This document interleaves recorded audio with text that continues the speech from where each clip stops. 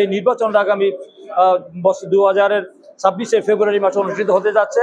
সেই অনুষ্ঠানের ব্যাপারে আমাদের সমস্ত বাংলাদেশের মানুষ দীর্ঘ 16 বছর ভোটাধিকার থেকে বঞ্চিত ছিল, ভোট দেওয়ার জন্য তারা অপেক্ষা করছেন। তারা ভোট তাদের পছন্দের প্রার্থীকে তারা নির্বাচিত করে আগামী দিনে তারা মহান জাতীয় সংসদে পাঠাবে এবং একটু জনগণের সরকার প্রতিষ্ঠা হবে।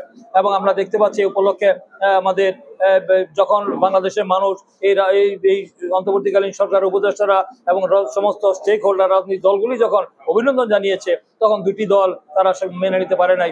দেখেছি যে যারা স্বাধীনতা বিরোধী, যারা ধর্মান্ধ স্বাধীনতা বিরোধী, যারা দেখেছি যে স্বাধীনতাকে যারা অস্বীকার করেছিল, সেই যারা মানবতা বিরোধী অপরাধ করেছিল, গণহত্যা করেছিল এই আওয়ামী লীগের মতো 71-এ, তারাও দেখেছি তারা এই নির্বাচনকে সামনে রেখে বিভিন্ন অজুহাতে পিয়ারের কথা বলে, বিচারের আগে সংস্কার দৃশ্যমানের কথা বলে তারা গোলাপানিতে মাছ শিকার করার জন্য নির্বাচনকে তারা বর্জন করা বা দীর্ঘায়িত করা, নির্বাচন পণ্ড করার জন্য একটা গভীর চক্রান্ত যুক্ত হয়েছে।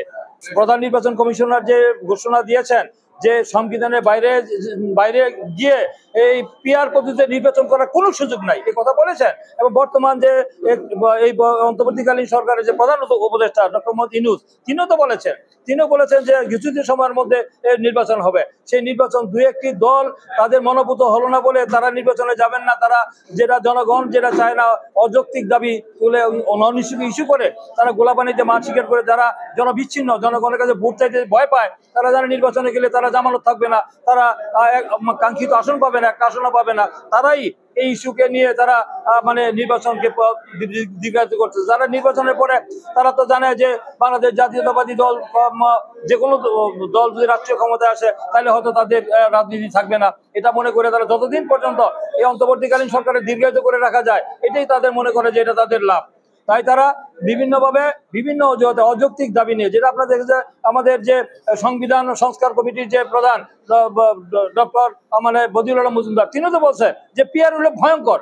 পিআরের অধীনে বাংলাদেশে পৃথিবীর এখন এটা নেতিবাচক, যেমন ইভিএম মানে ইলেকট্রনিক ভোটিং মেশিন, সেটা যেমন বাতিল হয়েছে, মানুষ টিক দিবে না, শিল মারবে, সেটাই তো মানুষরা প্রত্যাখ্যান করেছে।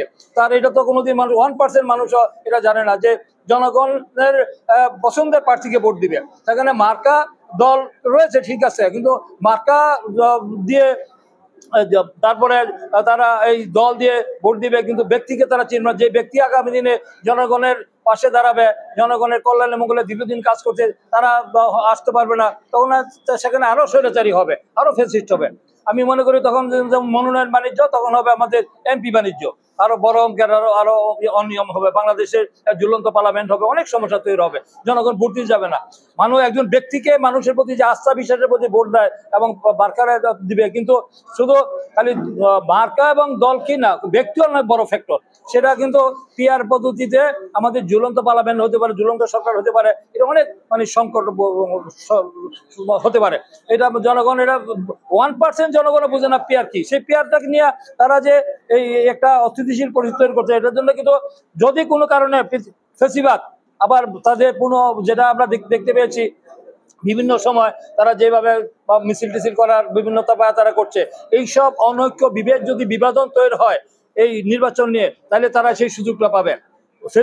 পতিত ফ্যাসিস্ট সরকারের সেই দোসররা, দালালরা, সেই পেতাত্তারা যদি আবার সুযোগ পায়, সেই সমস্ত দায়িত্ব কিন্তু তাদেরকে নিতে হবে। সে বাংলাদেশের জনগণ মানে যেহেতু আওয়ামী লীগের মৃত্যু হয়েছে, তাদের দাফন কাফন হয়ে গেছে, আবার তারা নতুন করে তারা মানে এই ধরনের অস্থিতিশীল পরিস্থিতি তৈরি করে তাদেরকে আবার রাজনীতি পুনঃপ্রবেশের সুযোগ করে যারা দিচ্ছে, তাদেরকেও জনগণ তাদেরকে ক্ষমা করবে না।